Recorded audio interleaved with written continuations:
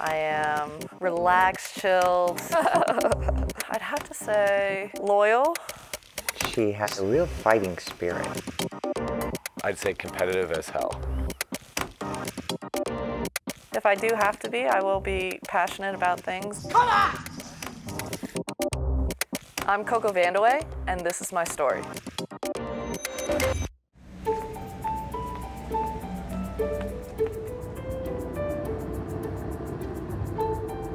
I was a feisty kid. I was a younger sibling, so I had to be. I was raised in a way of, you know, the girls are tough, and if you're not bleeding, you better not be crying. And so you have to be a little bit mean to kind of push yourself forward and be included into everything.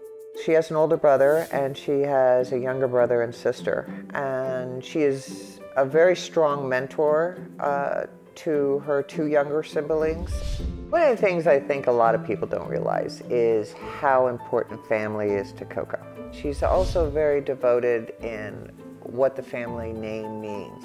She really carries a tradition probably as well, if not better, than anyone else.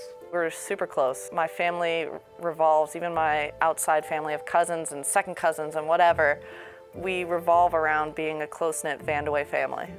Oh, my family tree, it goes, my grandfather, he played in the NBA. My grandmother was Miss America. Her brother actually also played in the NBA. That's how they met each other.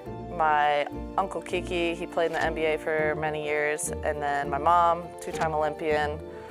My Aunt Heather, who played professional horse polo. And then my Uncle Brooke, who played pro beach volleyball. He won a medal in the Goodwill Games. My older brother, he played volleyball for Pepperdine University. Me, obviously a tennis player. And then my cousin played water polo for Princeton. Oh, it's kind of like doctor or sports, you know? Our family was tough.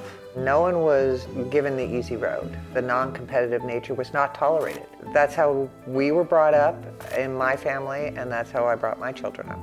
The second I get back from a tournament, I usually have a day to myself, but then I'm bombarded. I'm bombarded by everybody, and I love it.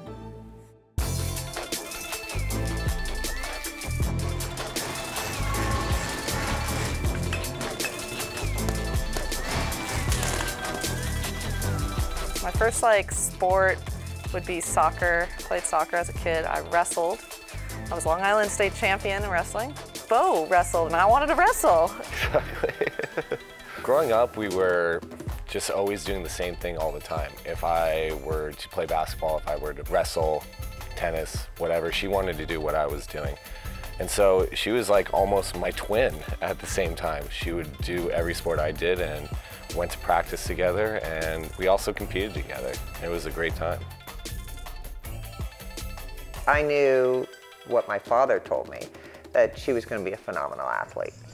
So you want to teach as many of the skills as you can without dragging down one sport. We started soccer with foot speed. We did some tap dancing, and that was to learn balance. She went into wrestling to learn her body position. And go! Wait. Yeah. She wasn't ready. She wasn't ready. She wasn't ready. No, That was good. no, Good. I smoked you. I almost smoked you. And then we went into basketball, the hand-eye coordination. But when tennis came around, it just fit her. She really became good very quickly. This is one of the first pictures of CoCo with her tennis racket. You can actually see her braces a little bit.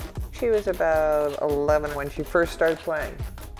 When CoCo and I were growing up in New York, we would go inside, play tennis, do lessons together. She wanted to continue it after we moved from New York, and I didn't, and so that's how it all began.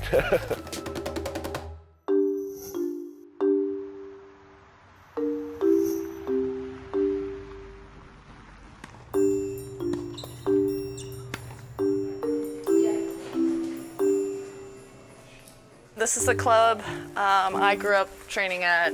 Actually had my first lesson here, and I spent a lot of time on this rickety wall trying to see if I could beat down the wall. It usually didn't happen, but I would come here in the morning, go hit against the wall, then go walk to school, which is right down the road.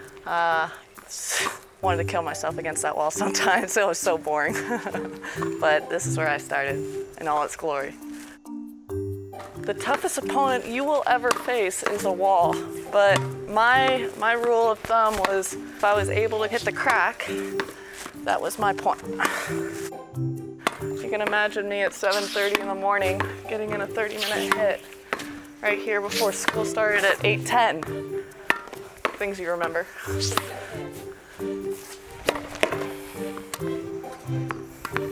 Sounded louder when I was a kid. I started playing tennis at 10. I never traveled and played ITFs until I was like 15 was the first time I ever did that. So I had a very pathetic junior career. I was fortunate enough to win the Junior US Open my second time playing. I needed a wild card to get in. I didn't play. I was like #1 in California, which was a big deal, and I was like top 10 or something in the US. Being an international player, I didn't know what that was because I didn't grow up in a tennis atmosphere. We didn't get it. We didn't understand what tennis was about, that, yeah, you have to play these events and get this kind of ranking. But I'm living proof that you don't have to.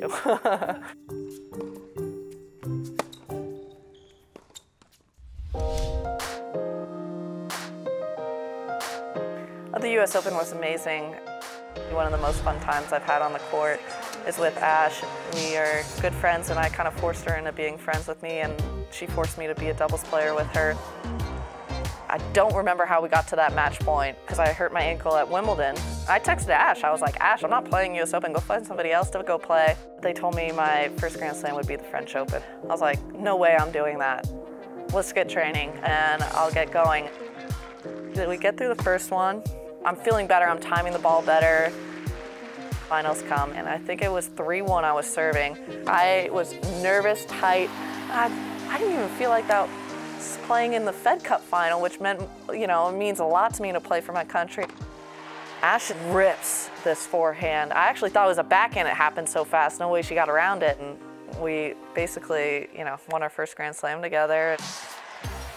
I sat in the players box every single match, screaming so loud every single time, and it was just like an experience that I couldn't imagine. Like, I was in the players box, but she was on the court. It was just fantastic.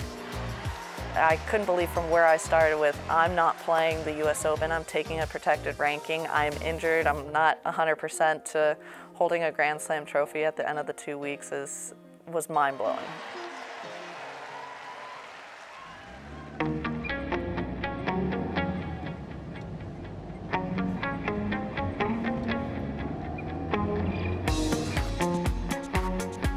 She loves anything with the water. Jet skiing, water skiing, parasailing, all those things. She's a thrill seeker. She really is.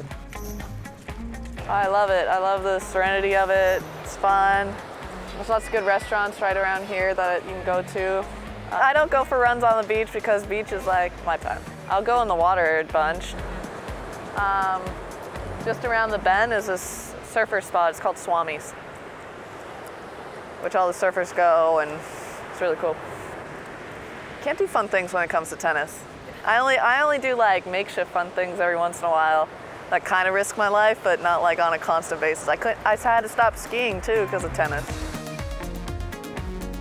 I will be doing all those things. You can count on it. You can count on it.